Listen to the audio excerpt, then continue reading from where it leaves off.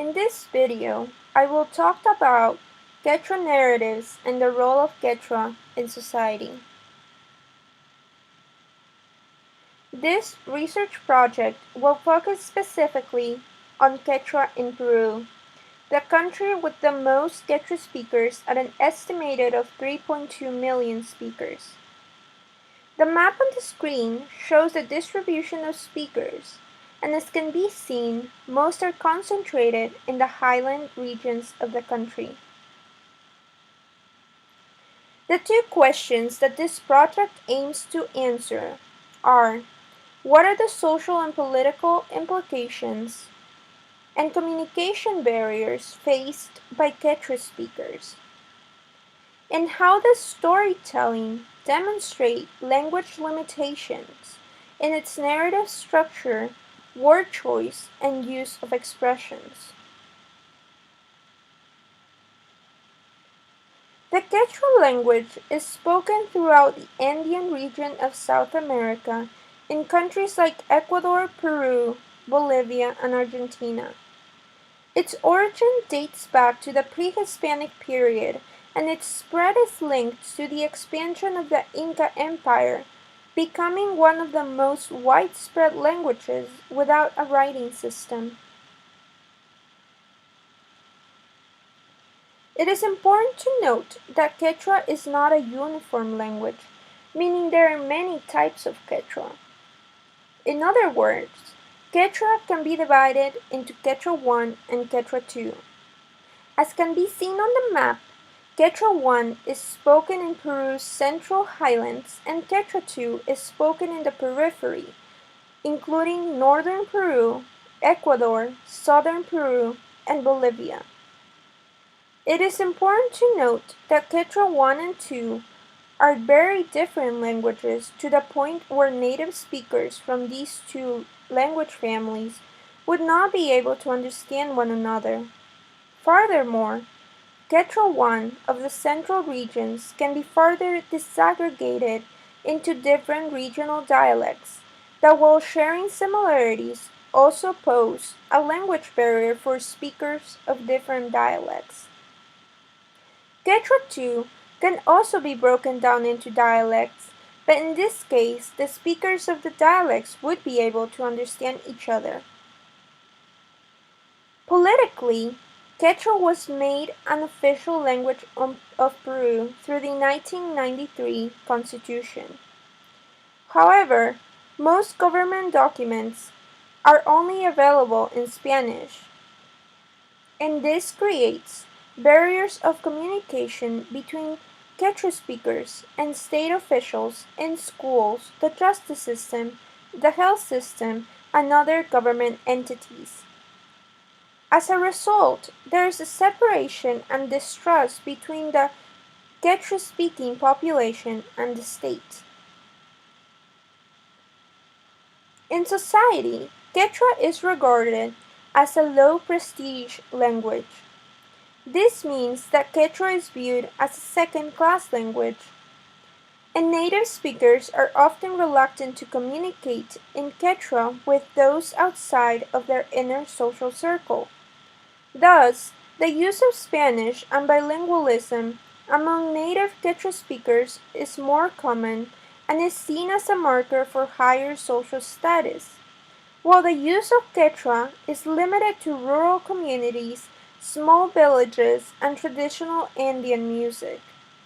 As a result, the number of native speakers is decreasing as children of Quechua speakers often have Spanish as their first language and sometimes only language, while Quechua takes a secondary role. Furthermore, even among native Quechua speakers, the preference for Spanish means that Spanish is gaining a prominent role in speaking practices as Spanish words replace Quechua vocabulary.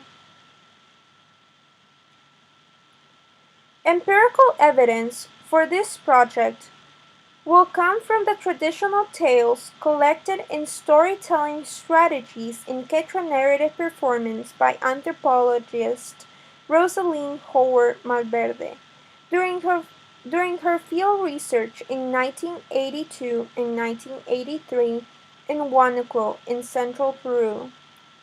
She presents the Quechua and translated English transcripts of 5 tales about a well-known mythical ancestor of the Quechua communities in the region.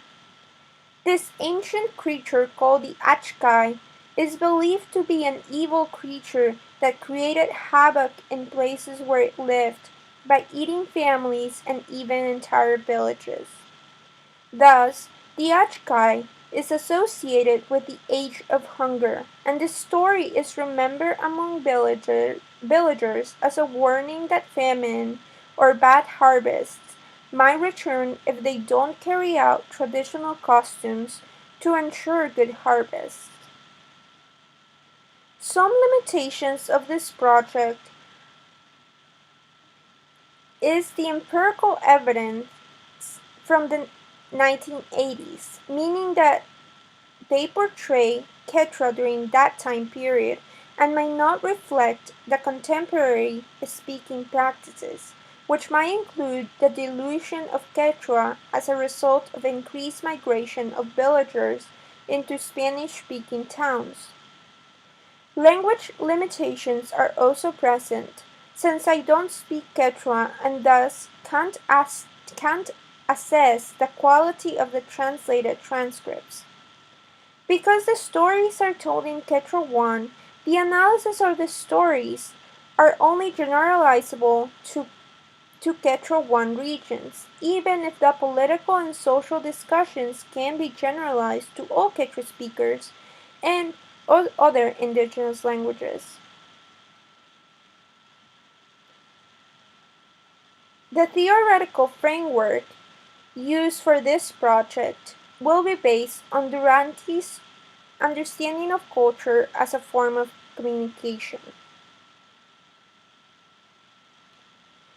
Haim's speaking model will also be used to analyze the 5 tales, which will be presented as separate speech events, and the analysis of the tales will be compared to Harvey's analysis of drunken speech.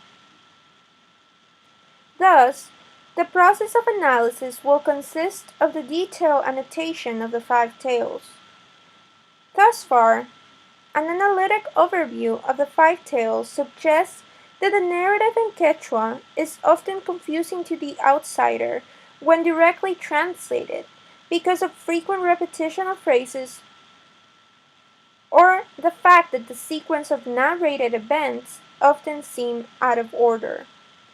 In terms of language, the narrative of the Achkak tales rely on the overuse of short phrases and fragments that are often disconnected and decrease the fluidity of the story.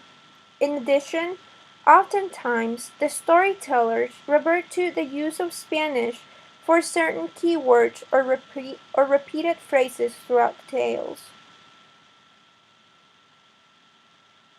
The external implications drawn from this research project is that language can be a barrier to social integration.